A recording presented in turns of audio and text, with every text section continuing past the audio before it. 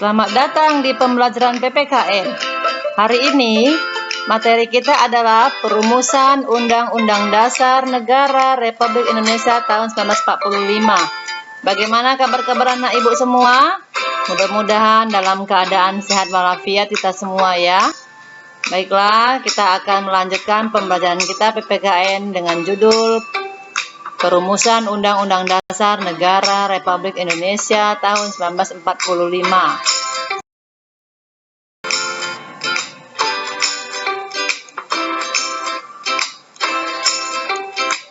Sebelum kita belajar, marilah kita berdoa menurut agama dan kepercayaan kita masing-masing. Berdoa dimulai. Berdoa selesai.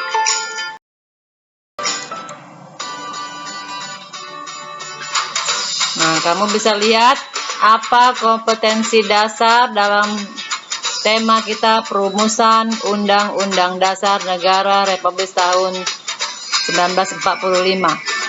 Kompetensi dasar menganalisis kesejarahan perumusan dan pengesahan Undang-Undang Dasar Negara Republik Indonesia tahun 1945. Kemudian yang kedua, menjelaskan proses kesejarahan perumusan dan pengesahan Undang-Undang Dasar Negara Republik Indonesia tahun 1945. Adapun tujuan pembelajaran, pertama, mendeskripsikan perumusan Undang-Undang Dasar Negara Republik Indonesia tahun 1945. Kemudian yang kedua, mendeskripsikan pengesahan Undang-Undang Dasar Negara Republik Indonesia tahun 1945. Dan yang ketiga, mengkomunikasikan telaah tentang pengesahan Undang-Undang Dasar Negara Republik Indonesia tahun 1945.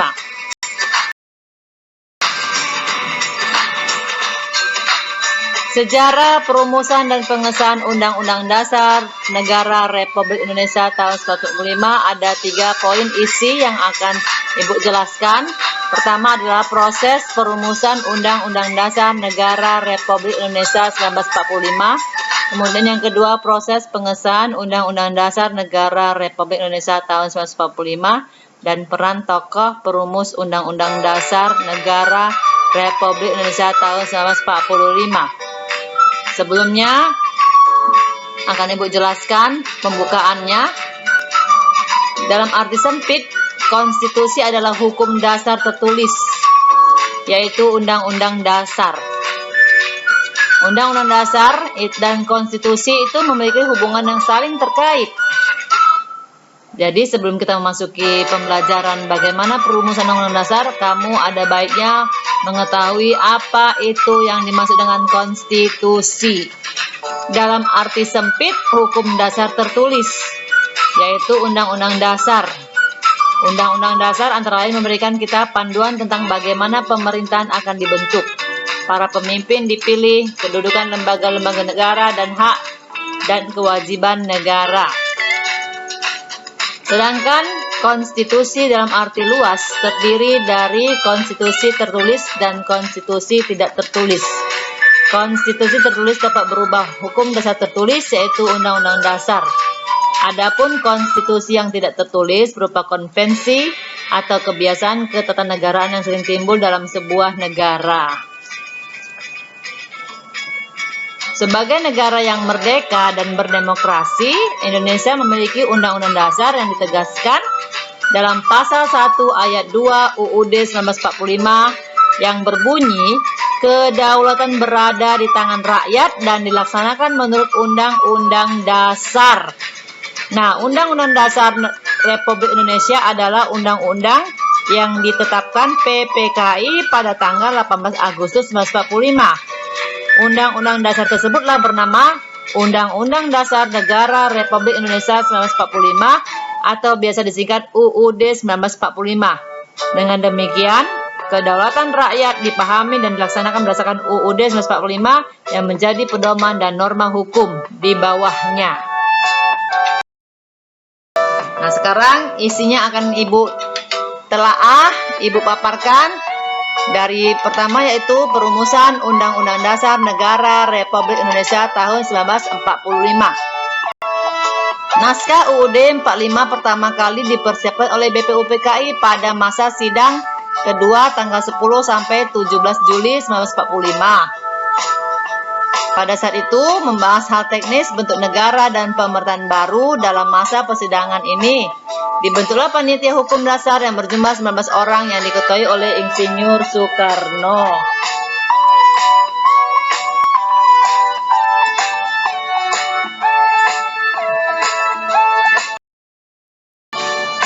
Kemudian panitia ini membentuk lagi panitia kecil yang membahas beberapa hal, yaitu lambang negara, negara kesatuan, sebutan MPR, panitia penghalus bahasa yang terdiri dari Jaya Diningrat, Salim, dan Supomo.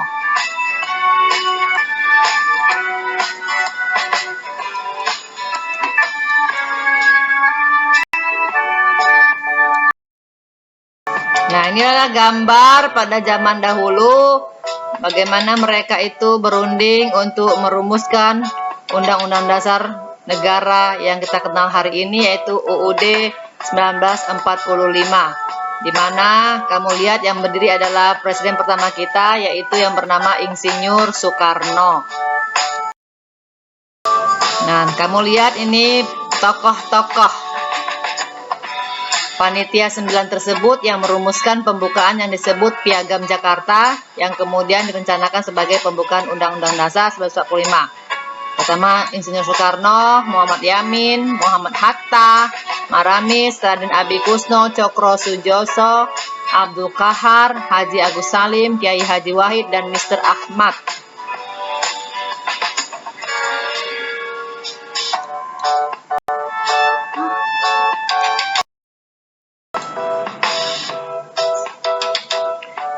Pada sidang tanggal 15 Juli 1945 dilanjutkan dengan acara pembahasan rancangan Undang-Undang Dasar yang diketuai oleh Insinyur Soekarno. Tanggal 16 Juli 1945 hasil Undang-Undang Dasar 1945 diterima dan diakui secara sepakat di sidang BPUPKI, dan dengan demikian selesai tugas BPUPKI atau Dokurusu Junbi Chosakai. Isi yang kedua adalah pengesahan Undang-Undang Dasar Negara Republik Indonesia tahun 1945. Sehari setelah proklamasi kemerdekaan Indonesia, PPKI menggantikan BPUPKI melaksanakan sidang, yakni pada tanggal 18 Agustus 1945, Insinyur Soekarno sebagai Ketua PPKI dalam sambutan pembukaan sidang dengan penuh harapan mengatakan sebagai berikut. Nah, kamu bisa baca bagaimana Insinyur Soekarno itu memberikan kata sambutan pada pembukaan sidang.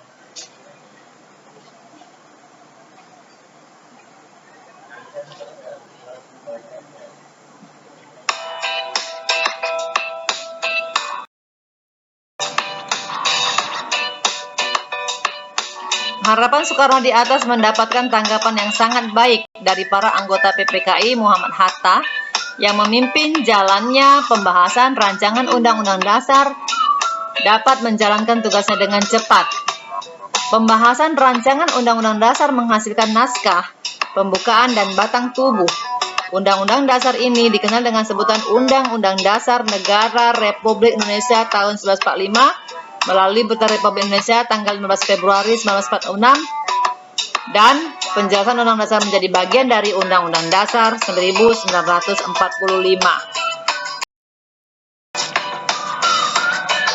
Dalam persidangan PPKI tanggal 18 Agustus dihasilkan keputusan sebagai berikut.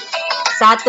Mengesahkan Undang-Undang Dasar 1945, menetapkan Insinyur Soekarno sebagai Presiden dan Dr. Andes Muhammad Hatta sebagai Wakil Presiden Republik Indonesia.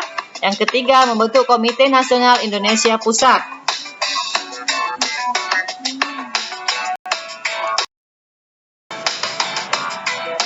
Nah, kamu bisa lihat bagaimana wajah presiden pertama kita, Insinyur Soekarno.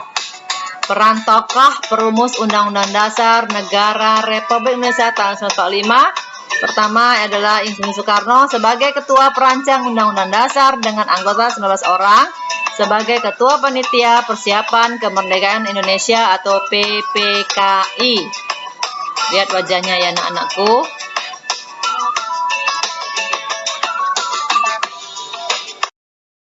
Yang kedua, ini adalah Wakil Presiden pertama Republik Indonesia yaitu Muhammad Hatta sebagai Ketua Panitia Perancang Keuangan dan Perekonomian. Lihat wajahnya anak-anak ibu. Wajah Wakil Presiden pertama kita Muhammad Hatta.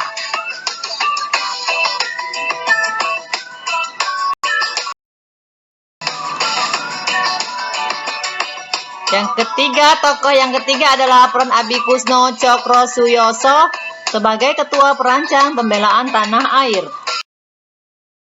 Dan yang keempat adalah peran Profesor Dr. Mr. Supomo sebagai Ketua Panitia Kecil Perancang Undang-Undang Dasar sebagai anggota tim penghalus bahasa Undang-Undang Dasar.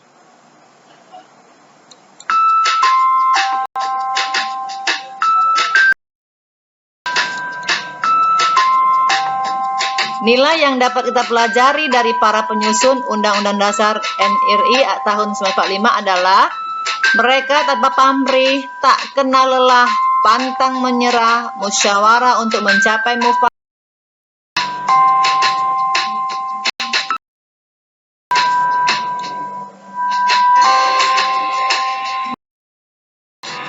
Untuk penilaian KI 2, penilaian sikap, tugas akhir kalian adalah sebagai siswa bagaimana cara kalian menghargai dan memaknai perumusan dan pengesahan Undang-Undang Dasar 1945.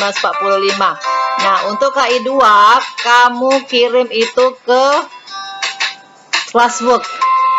Sedangkan nanti akan Ibu minta kamu untuk mencatat di buku catatan PPKN video pembelajaran kita hari ini dengan materi perumusan Undang-Undang Dasar Negara Republik Indonesia, dan kamu kirimnya itu ke forum ya anak-anak ibu semua. Jadi tugas kamu ada 2, mencatat, kirimnya ke forum, dan yang kedua tugas KI 2 kamu kirimnya ini ke classwork.